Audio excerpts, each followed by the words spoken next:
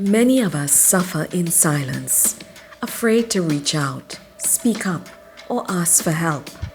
None of us are immune to anxiety or depression, whether mild, moderate, or severe. There are, however, some of us who are in desperate need of a lifeline.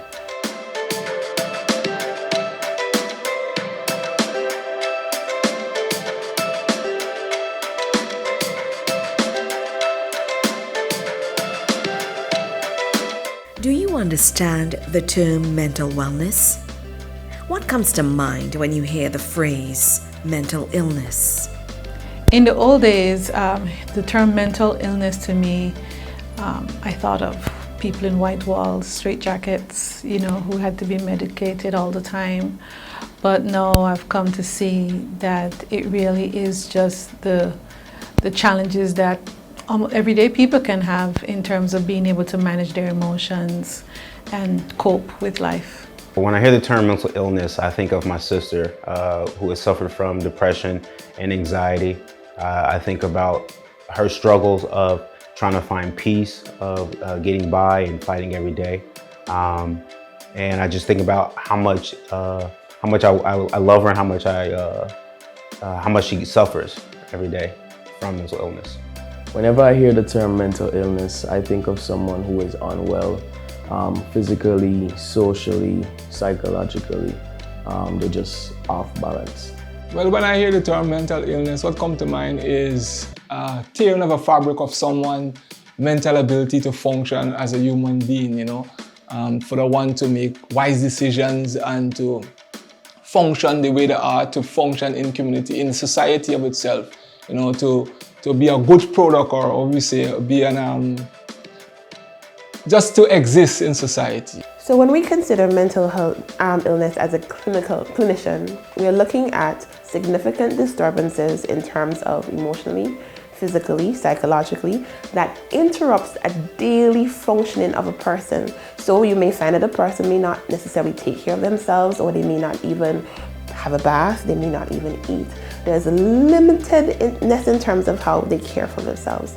And you will see also disruption in terms of how they function daily as it relates to work, and even in terms of socializing with others.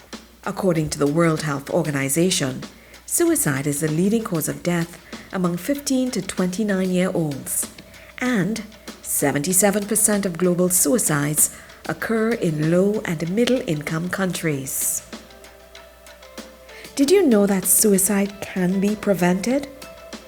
If you knew someone who had suicidal thoughts, what would you do? If I knew someone was contemplating suicide, I would listen to them, see what's going on, try to be there for them so that they know that they're not alone, because that is the big thing when it comes to people with any sort of mental illness. I would also try to help them connect with any sort of crisis hotline or counseling so that they can get the help that they need. Well, probably first off, I'll probably try to find out what the problem is and see if I could refer them to somebody professional or somebody professional to them. I would want to speak to that person, find out from them what they're going through, what thoughts they're having, if the thoughts they're having to commit suicide are stemming from themselves, or if it's voices that they hear or other reasons, and try my best through listening and paying active attention to support them until they change their mind. Well, if I know someone that is contemplating to end their life, I will personally reach out to that one, because many times people in society commit suicide because they think they are alone by themselves, So some people just need someone to vent. So I will be that individual to reach out to that person, do my best, not myself also, but bring along a team that I think will be capable of, if I can reach that person, or bring someone or some people that will be of some impact to the individual so they can divert from that thought. Suicidal thoughts are as a combination of several things. So it is actually one of the final symptomologies that something is wrong with a person. So for example, you will see persons may become withdrawal. They may lose interest in things that they once liked. They may be drifted off in the days or daydreaming or not necessarily with us. You may see some of those visual things that are happening. They may appear sad and down. They may have no sense of hope in terms of looking forward towards the future in conversations that you may have with them. Now, for us as clinicians, we ask several questions in terms of what this social support looks like.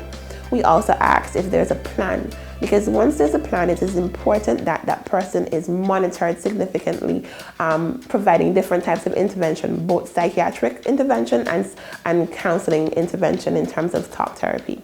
Suicidal thoughts are not as uncommon as you think.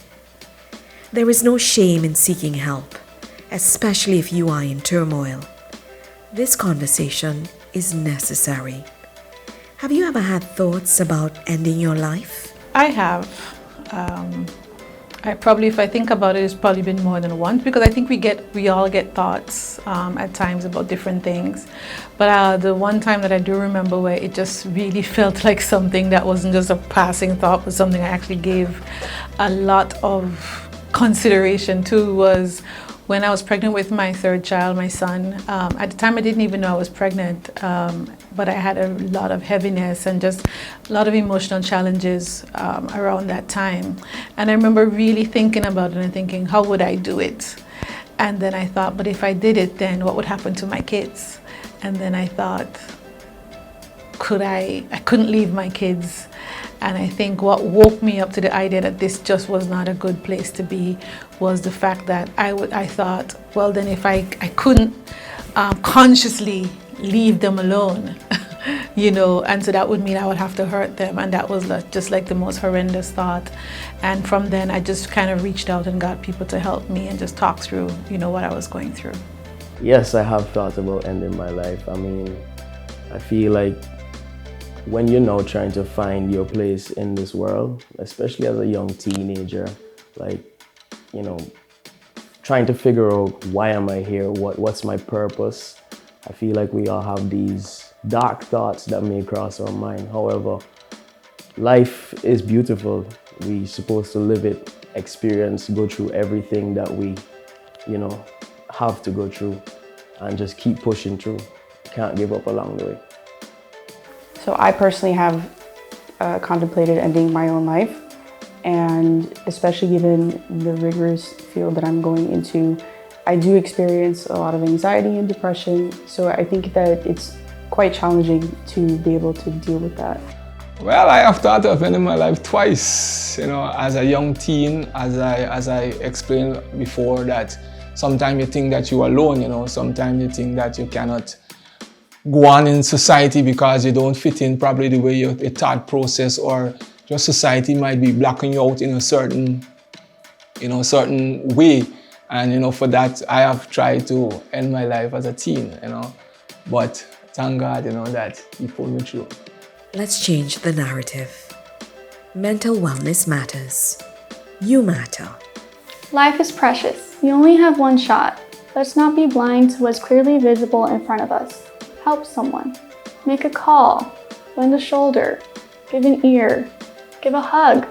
Shed a tear. Mental wellness matters. You matter. Life is precious. You only have one shot. Let's not be blind to what is clearly visible to us. Help someone. Make a call. Give an ear. A shoulder. A hug. A tear. This is not the end. There is hope, even though you cannot see it right now. There is hope beyond the loss. There's hope beyond the have-nots. There's hope beyond the heartbreak. There's hope beyond not having enough. And so I want to tell you that if you do not feel comfortable in speaking to one of your close friends because you are indeed afraid that you may be categorized or stigmatized, reach out to a professional. There are different hotlines, especially at the Family and Social Services Division, that you can reach out to and speak to a professional. There are also private counselors that you may reach out to. You can find them all over the different medias. You may find them on Facebook, you may find them on Instagram. You may even look at the directory for mental health talk and look at some of the persons you may possibly reach out to. So I want you to know that this is not the end. There is a life beyond what you feel or what you see presently. Come on, let's help someone. Let's give them a call, give them a hug, shed a tear with them, because we don't know what can happen or what they are going through. Mental wellness matters. You matter. Let me be your lifeline. HelpMe Lifeline Needed, made possible by iNet Antigua, Delamo Investments Group, and the American University of Antigua.